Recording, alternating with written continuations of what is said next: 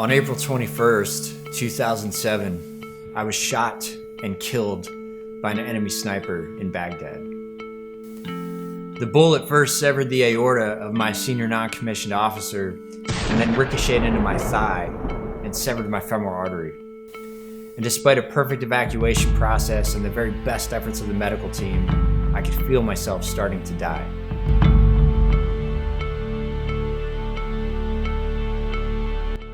It was April 6th into the morning of April 7th. We were tasked with going after an Al-Qaeda cell that was shooting down helicopters. They actually shot down 4 helicopters, all medical helicopters, and killed everybody on board. And that was our tasking, was to go after this Al-Qaeda cell.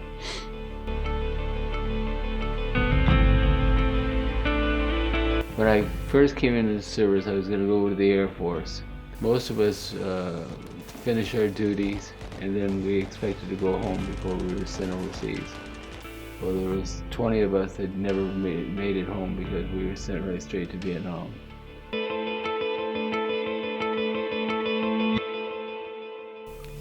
I remember looking to my right and watching Marlon's body slowly fall to the ground.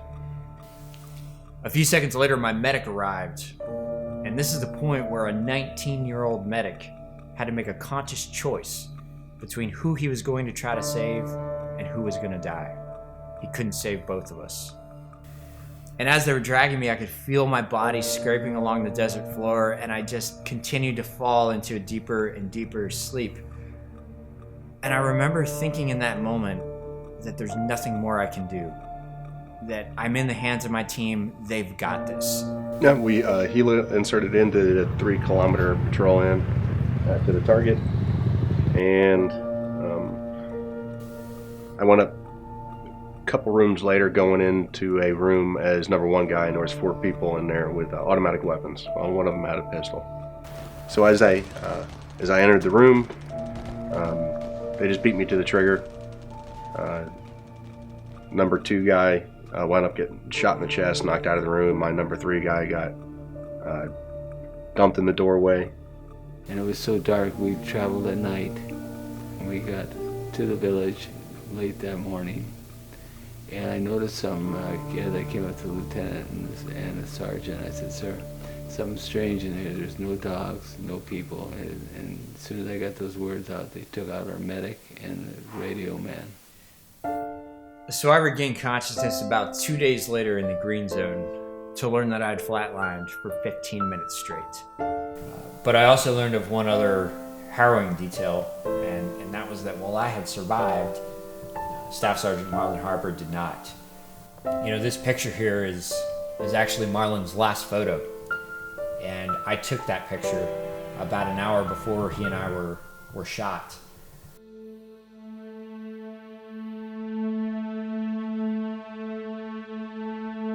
So it was Clark. He was there the night I got shot up. He was 27 years old. That's how old my daughter is right now. And Clark's abilities far exceeded his experience. He was a good SEAL. He would have done well. It's cool to say he got a Navy Cross, but I'd rather just have Clark back. We lost 360 gentlemen, and I feel for every day that I live today that I feel so sorry. I cry every day. I learned that the defibrillator paddles that they used to shock me back to life literally arrived at the base that very morning. They had to take them out of the plastic to use them on me. The bottom line here is every step of that medical evacuation process, from the 19-year-old medic on the ground to the nurse back at Walter Reed Army Medical Center, was absolutely flawless. And I'm only alive today thanks to an ecosystem of well-led teams, of well-led leaders, and most importantly, people who each made a conscious choice to do one more thing in the face of extreme adversity. In total, as best as I can count, I got shot 27 times. I took 16 to the body and 11 to the body armor. There was never a point that I thought I was going to die. My emotions were definitely heightened. I've never been more angry that somebody was trying to stop me from coming home.